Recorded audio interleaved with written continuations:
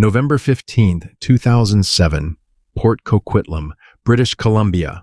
One man, 4 locked doors, 0 resistance. And the craziest part, he walked out the front entrance of Canada's most advanced prison dressed as a janitor, while a uniformed guard held every single door open for him. His name was Omid Tavali. He was the kingpin of the Persian mafia in Canada, recently convicted of kidnapping, sexual assault, and torture. He was facing 11 years in prison plus extradition to the United States on a $3 million fraud case. That night, he pushed a cleaning cart through 4 security checkpoints and vanished into the cold British Columbia darkness. But this isn't just a story about a prison escape. It's about a guard so broken by debt, depression, and gambling addiction that he sold his career for $50,000. The surveillance footage that captured every humiliating second, and the cruel twist that made the whole thing even more pathetic. The guard never got paid. He waited at a gas station for hours. Nobody ever showed up. He risked everything for money that never came. This is how a mob boss escaped Canada's most secure prison with nothing but a mop and a promise. Omid Tavali was born on October 31st, 1970 in Kermanshah, Iran. He arrived in Canada in 1994 and settled in Vancouver. He was 24 years old, ambitious and ruthless. It didn't take him long to recognize that crime paid in his new country.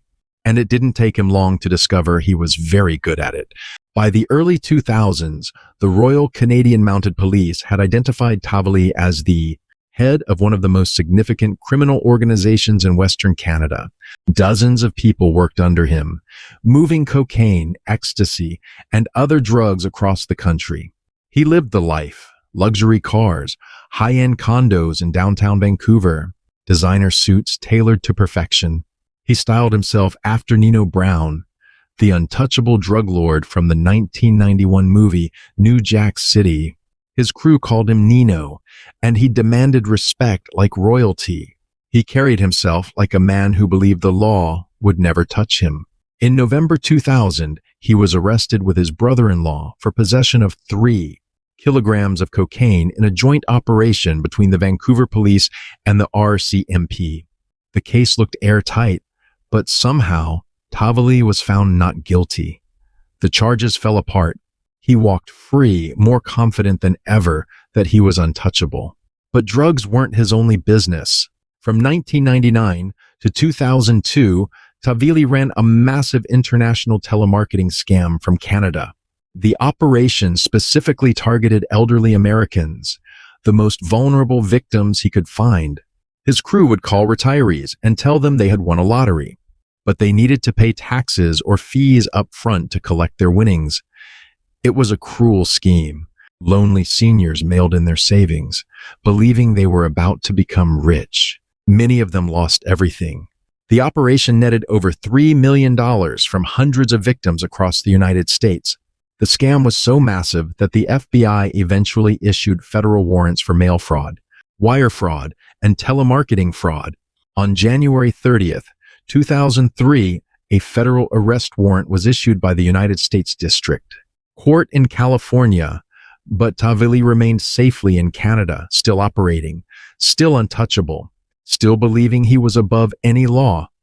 What kind of man builds an empire on drug trafficking and preying on the elderly? The kind who would do anything to protect it. In 2005, $300,000 of Tavali's drug money vanished. He suspected one of his couriers had stolen the cash and fled to Vietnam to escape him. Tavali didn't write it off as a business loss. A man like Nino Brown couldn't allow that. He needed to send a message that would echo through every corner of his organization, so he kidnapped the courier's brother-in-law.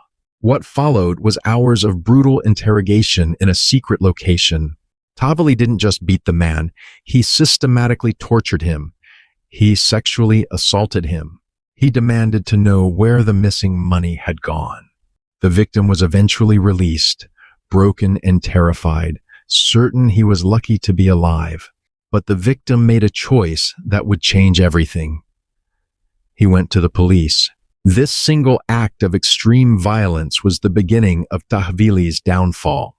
He was arrested soon after by RCMP officers. The untouchable kingpin was finally caged. In July 2005, he was sent to the North Fraser Pretrial Centre to await his trial. This wasn't some crumbling old county jail. This was something completely different. How do you escape from a prison that was specifically designed to be escape-proof? The North Fraser Pretrial Centre sat in Port Coquitlam, British Columbia. It was a multi-million-dollar facility that had only opened in 2001. It was one of the most technologically advanced jails in all of Canada. Politicians had cut the ribbon and promised the public it would never fail. The design was modern in every way. Guards monitored every inch of the building from elevated, secure control centers. The doors were reinforced steel and required electronic clearance. Movement of inmates was highly restricted and tightly choreographed. Every corridor was covered by closed-circuit television cameras that recorded 24 hours a day. In its 6 years of operation, no one had ever escaped from North Fraser, not even close. The facility held some of British Columbia's most dangerous criminals, gang members, murderers, drug traffickers awaiting trial. Security protocols were specifically designed for exactly these kinds of inmates. Every entry, every exit, every meal was logged and monitored. But every system has one fatal vulnerability: the people who run it. Tahvili hated prison from the very first day. He was a man used to absolute control, used to luxury, used to commanding respect from everyone around him. Now he was just another inmate in an orange jumpsuit, eating from a tray, sleeping on a hard bunk, taking orders from men he considered beneath him. His trial was an unfolding disaster. The evidence of the kidnapping and assault was overwhelming. There were witnesses, there was forensic evidence, there was the victim's heartbreaking testimony. In October 2007, Tahvili was convicted on all counts: kidnapping, sexual assault, unlawful confinement, uttering threats, causing bodily harm. He hadn't been formally sentenced yet, but the outlook was bleak. The prosecution was asking for more than a decade behind bars, and that wasn't even the worst part of it. While he was in custody, the British Columbia Supreme Court had ordered his extradition to the United States in May 2007. He was awaiting his appeal. That meant if he lost the appeal, the moment he finished his Canadian sentence, he would be shipped straight to a federal prison in California to face the FBI fraud charges. Decades more behind bars, Omid Tahvili, at 37 years old, was looking at the very real prospect of dying behind bars. For a man who saw himself as a king, this was completely unacceptable. He had millions of dollars stashed away in various accounts. He had international connections from Europe to the Middle East, and he refused to let the system win. He was so confident that he openly boasted to other inmates and even to staff. He told them he wouldn't be there for his sentencing hearing. He told them he had a plan. They laughed it off as desperate talk. Where was a convicted mob boss going to go inside a maximum security prison? But Tahvili was already analyzing the entire facility with the patient mind of a man who had spent his life finding weaknesses in systems. He knew the walls were too thick for digging, the fences were too high for climbing, the cameras were too numerous for hiding. The technology was too advanced for any traditional escape, so he looked for something else entirely, a weakness in the human element. He watched the guards every single day. He studied their routines, their conversations, their body language, the way they walked, the way they joked with each other. And eventually, he found the perfect target. What if he could find someone desperate enough to risk everything? Someone broken enough to betray their oath for the right amount of money. Edwin Tickner was a corrections officer at North Fraser. On the surface, he was just a regular guard. 35 years old, a family man. About a decade of experience in the Canadian correction system, his co-workers considered him reliable, if a little quiet. But beneath the uniform, Edwin Tickner was drowning. According to psychiatric reports presented at his later sentencing hearing, Tickner was suffering from a major depressive episode.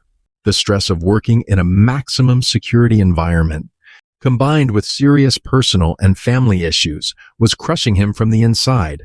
He smiled at work and fell apart at home, but his biggest secret was his addiction. Edwin Tickner was a pathological gambler. He was deep in debt, the kind of debt that makes a man desperate enough to consider things he never imagined. He was also struggling with alcohol abuse on top of everything else. In short, Edwin Tickner was weak, broken, and desperate for a way out. Omid Tahvili, a sophisticated manipulator who had spent his entire adult life exploiting human weakness, recognized this instantly. Predators always recognize wounded prey. The corruption didn't happen overnight. It began small, the way it always does. A friendly conversation here, a shared joke there. Tahvili was charismatic. He knew how to make people feel important and seen. He started grooming Tickner slowly and patiently. He listened to the guard's problems. He sympathized with his financial stress and his family troubles. He never asked for anything in return. Tahvili wasn't just an inmate to Tickner anymore. He had become a confidant, a friend, the only person who really seemed to understand him. This is exactly how organized crime corrupts public officials. They don't walk up on the first day and offer a bribe. They build a relationship over weeks and months. They find the pressure point and then they squeeze it slowly until the target breaks. Once Tahvili felt the time was right, he made the offer. $50,000 in cash. For a millionaire mob boss like Tahvili, $50,000 was pocket change he could pull from a single account without noticing. For Edwin Tickner, it was a lifeline, a way out of his crushing debt, a way to stop the suffocating pressure of his gambling losses, a chance to start over. Tickner agreed. He was willing to risk his career, his reputation, his freedom, his entire life to help one of the most dangerous men in the entire facility escape into the night. But would Tickner actually go through with it? Or would his conscience stop him at the last second when the moment finally arrived? Before we walk through those 4 doors with him, I need you to think about something. Tahvili never paid Tickner a single cent up front.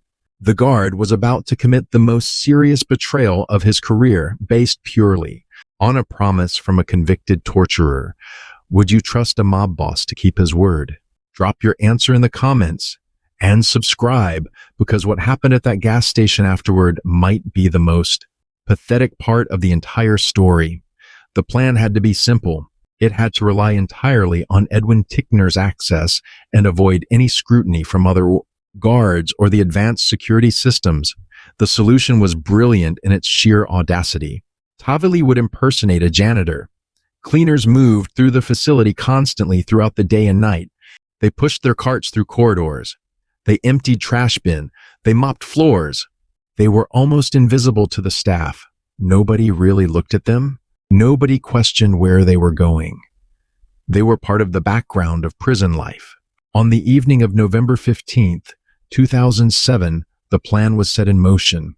Edwin Tickner came on duty. Inside his cell, Tahvili prepared his disguise. He had somehow obtained a janitor's uniform, likely smuggled in by Tickner himself. Over the previous days, he stuffed his bunk with bricks and clothing under the blanket to create the illusion of a sleeping body. It was a crude trick that would only work if no one looked closely. But it didn't need to work for long. It only needed to work for hours. Tahvili changed into the janitor's outfit inside his own cell. He emerged into the corridor pushing a standard cleaning cart. He kept his head down and his pace steady. Anyone watching the camera footage saw exactly what they expected to see. A maintenance worker doing his job at the end of the day. Edwin Tickner was waiting for him at the first locked door. What happened next is documented forever on the prison surveillance footage. It is the most damning video in the history of Canadian corrections. Tahvili approached the first security door, pushing his cart. Tickner unlocked it and held it open. Tahvili walked through calmly without looking up. They reached the second door. Tickner unlocked it. Tahvili walked through. They reached the third door. Tickner unlocked it. Tahvili walked through. They reached the fourth and final door, the one that led to the outside world and freedom. Tickner unlocked it. Tavili walked through into the cold November night air. 4 doors, 4 locks. One uniformed guard escorting one of Canada's most dangerous criminals straight out. The front entrance of a maximum security prison. The cameras captured every step. The control room saw nothing wrong. A janitor was leaving with a guard. It happened every day. Outside the facility, a vehicle was waiting nearby in the darkness. Tavili got in without a word. He disappeared into the night. The escape was completely flawless. The kingpin was free. But Edwin Tickner had to walk back into the facility. He had to return to his post, knowing he had just committed the most massive betrayal of his entire career. He had to finish his shift and pretend nothing had happened. He had to look his coworkers in the eye. And then came the twist that made everything so much worse. After his shift finally ended, Tickner drove to a nearby gas station. According to the plan he had agreed to, he was supposed to meet someone there at a specific time to collect the $50,000 in cash. He sat in his car. He waited. The minutes turned into hours. No one ever showed up. The realization must have been absolutely crushing. Tavili had completely betrayed the man who had risked everything for him. He had used Tickner's desperation and depression to gain his freedom. And then he had discarded him without a second thought. The $50,000 promise was just another lie from a master manipulator who lied for a living. Edwin Tickner had thrown away his career, his freedom, and his reputation for absolutely nothing. For hours, internal tracking still suggested Tavili was sleeping peacefully in his cell. The bricks and clothing under his blanket fooled no one who actually checked, but no one bothered to check. Later that evening, during a routine head count around 9:30 p.m., staff finally realized he was gone. The realization set off pure panic. The entire facility was put on immediate lockdown. Alarms blared through every corridor. Doors slammed shut. Emergency response teams swarmed the building, searching every room and every closet. But it was already far too late. Tavili had a massive head start of several hours. He could be anywhere by now. The administration and the guards were in complete shock. How could this happen? North Fraser was supposed to be escape-proof.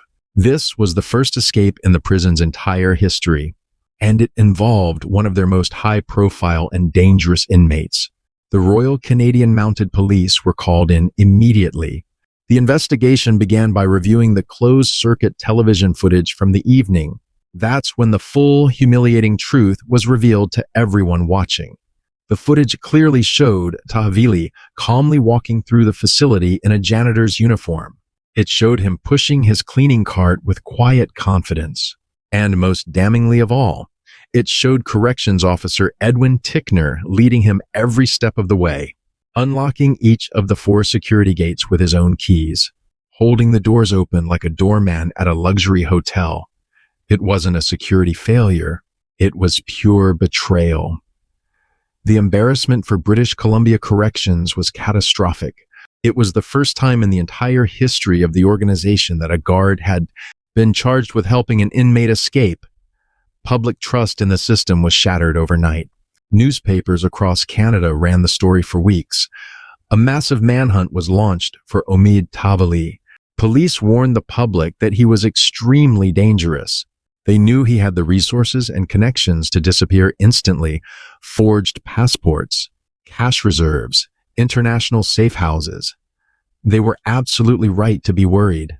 While police were setting up roadblocks around Vancouver, Tavili was likely already crossing borders, perhaps heading south to the United States or preparing to board an international flight.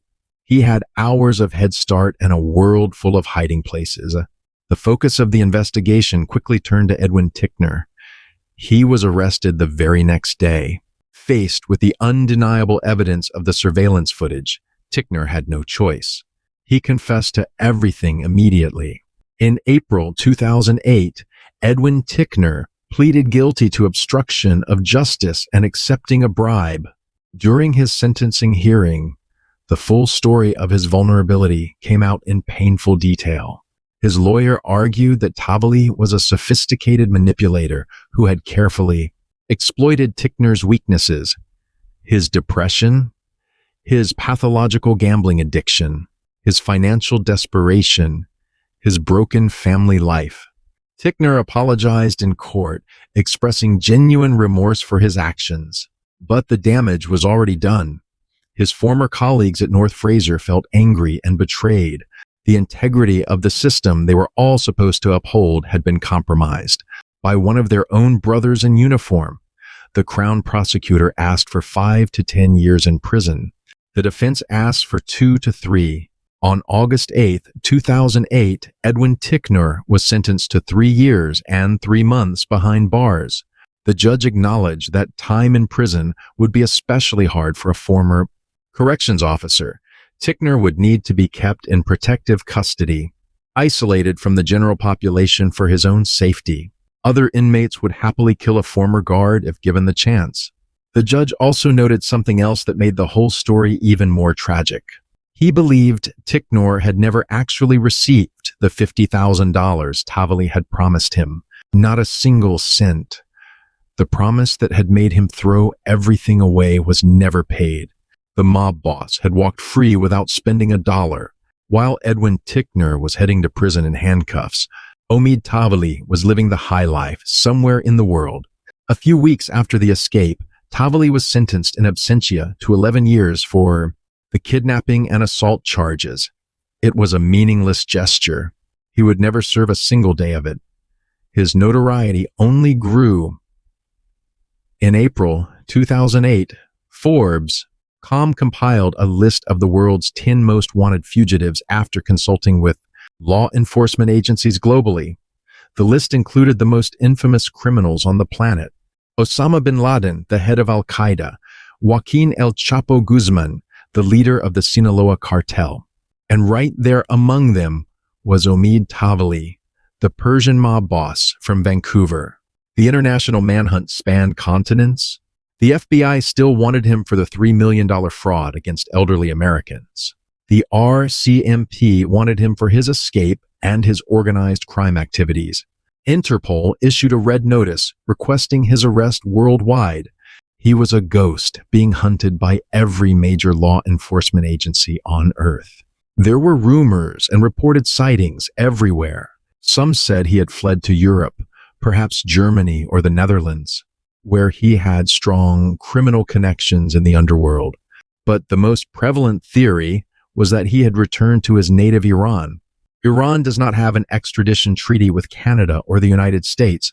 If he made it home, he would be virtually untouchable for the rest of his life. In a bizarre incident shortly before Ticknor's sentencing, Tavali reportedly contacted the police himself. He called the RCMP claiming he was in Toronto and wanted to negotiate his return to British Columbia. Law enforcement took the call seriously, mobilizing resources to track it, but it led absolutely nowhere. It seemed Tavali was just taunting them, playing games, proving he could still move freely, even within Canada itself. The escape forced North Fraser Pretrial Centre to conduct a full-scale security review. Procedures were tightened across the entire facility. Background checks on staff were intensified. The complacency that had allowed Tavali to walk out the front door was finally shattered. But the stain on their reputation remained for years afterward. The escape-proof prison had been defeated by a mop and a broken promise. Edwin Ticknor served his sentence and was eventually released. He emerged a broken man who had lost his career, his reputation, and his freedom for a bribe he never received.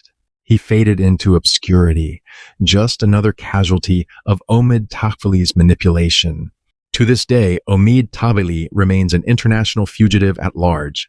It has been over 17 years since he walked out of that prison dressed as a janitor. He would be in his mid-50s now. Despite the international warrants and the most wanted status, he has never been caught. His case remains open with both Canadian and American authorities. The FBI still lists him as wanted for fraud. The RCMP still wants him for his crimes in British Columbia, but no one has reliably seen him since November 2007. Some believe he is living comfortably in Iran, protected by the lack of an extradition treaty. Others think he moved through his international network to Europe or the Middle East, changing identities along the way.